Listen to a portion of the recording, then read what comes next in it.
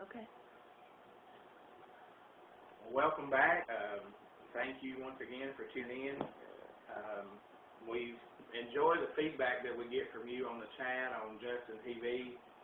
We've had somebody to let us know that we're a little blurry out there in the internet and television land. But we're working right now. Let me just tell you, just so you'll kind of get an idea. We're videotaping this program from my cell phone.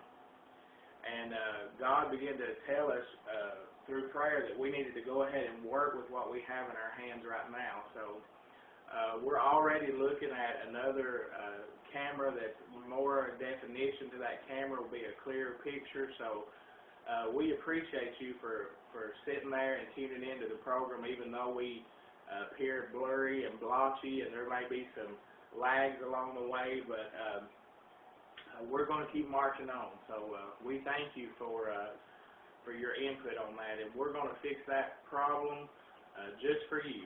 We're going to fix that problem, and it may take us a couple of days or weeks, but we'll get on it. And then just to finish out the question we were discussing in the last segment, the last part of that question said, is there a time when God gets so tired of dealing with us that he just turns his back on us? This is a topic that people try to shy away from in the church, but I think it's important to understand that there is a time, there is a season when the Scripture teaches us that God turns people over to a reprobate mind.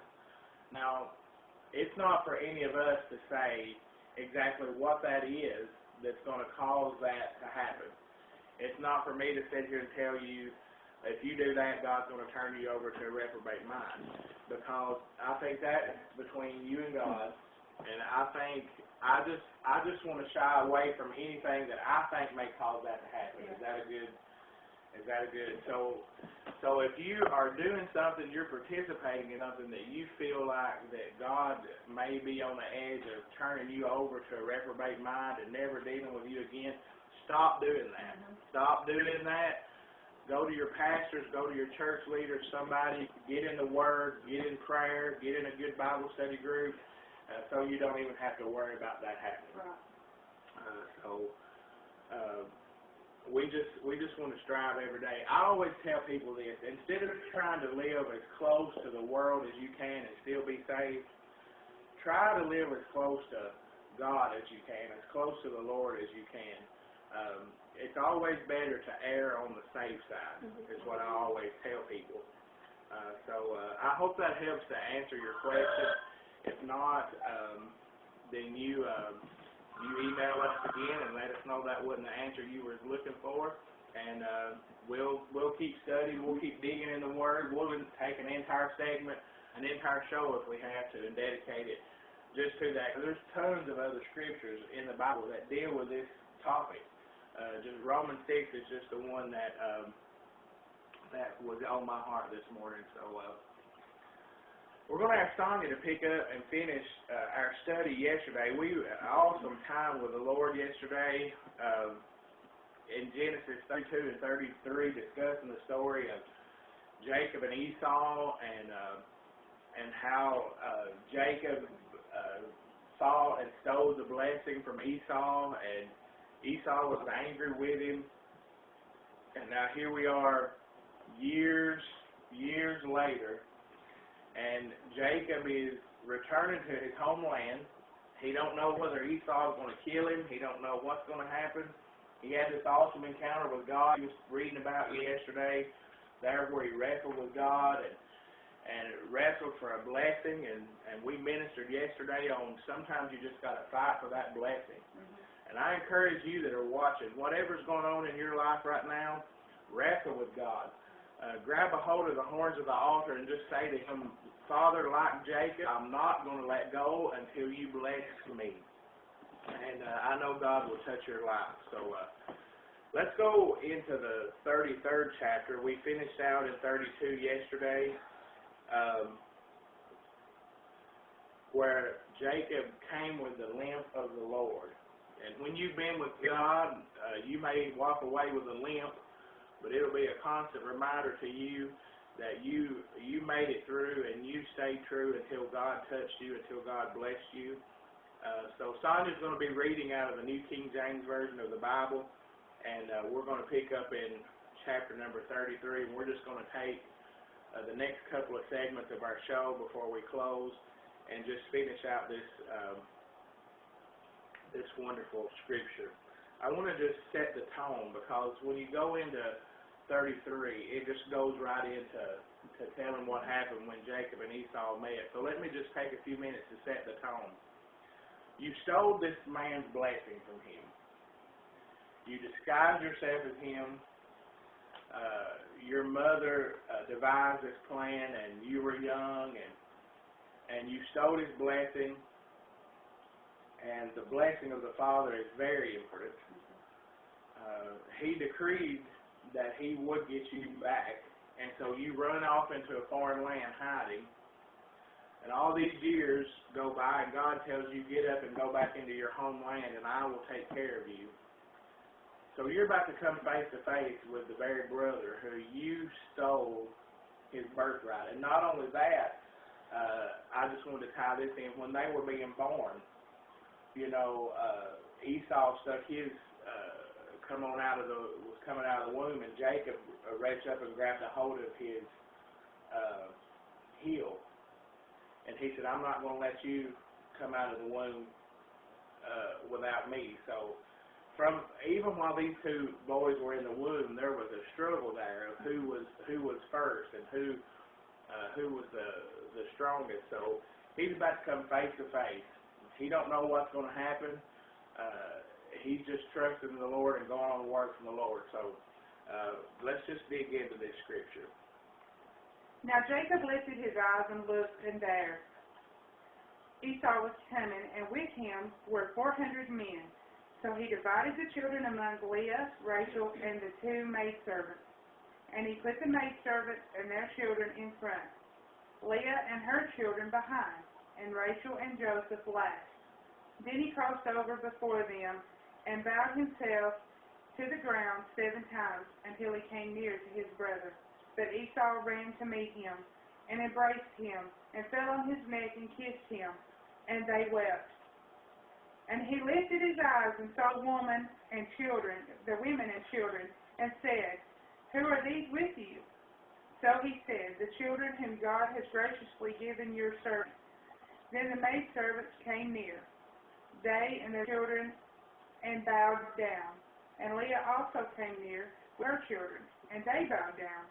Afterward Joseph and Rachel came near, and they bowed down. Then Esau said, What do you mean by all this company which I met? And he said, These are to find favor in the sight of my Lord. But Esau said, I have enough, my brother. Keep what you have for yourself. And Jacob said, No, please. If I have now found favor in your sight, then receive my present from my hand. Inasmuch as I have seen your face as though I had seen the face of God, and you were pleased with me, please take my blessing that it is brought to you, because God has dealt graciously with me, and because I have enough. So he urged him, and he took it. Then Esau said, Let us take our journey. Let us go, and I will go before you. But Jacob said to him, My Lord knows that the children are weak, and the flock and herds which are nursing are with me. And if the men should drive them hard one day, all the flock will die. Please let my Lord go on ahead before his servant. I will lead on slowly at a pace which the livestock that go before me and the children are able to endure until I come to my Lord in Seir. And Esau said, Now let me leave with you some of the people who are with me. But he said, What need is there? Let me find favor in the sight of my Lord. So Esau returned that day on his way to Seir. And Jacob journeyed to Succoth, built himself a house, and made booths for his livestock. Therefore, the name of this place is called Succoth. Go ahead. Yeah, let's just finish out these last 3 verses. Okay. Jacob comes to Canaan. Then Jacob came safely to the city of Shechem, which is the land of Canaan. When he came from Padan Aram, and he pitched his tent before the city. And he bought the parcel of land where he had pitched his tent from the children of Hamor, Shechem's father, for 100 pieces of money. Then he erected an altar there and called it Elohe Israel. Isn't it amazing how the action from Esau, God had already took care of it? It was love. He received him. He bowed on him, laid on him, and kissed him and welcomed him. And at that moment, all the fear Jacob had just left him. Yeah. And then I'm sure what was going through his mind was, before I left, God told me he would work everything out for me. Mm-hmm. And I just encourage you, whatever you might be struggling with, whatever God might be leading you to do, God may be telling you to step out on faith. He may tell you to pick up and move from where you're living, move from your surroundings. He may tell you, I want you to pack up and go. If you get a word from the Lord like that, I promise you, He is working it out on the other end.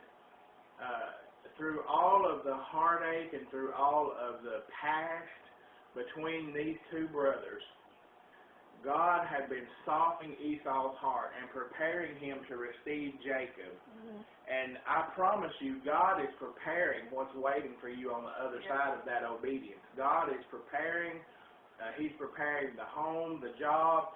He's preparing whatever it is you need to step out on faith and obey Him. But the answer to all that preparation is through that wrestling with God, that getting along with Him and saying, I'm not going to go any further till I know I have your blessing. This just excites me, but we're going to have to take another break before we come back and finish our talk on this. This will be our last segment when we come back from this break. So you just sit tight right there, and we'll be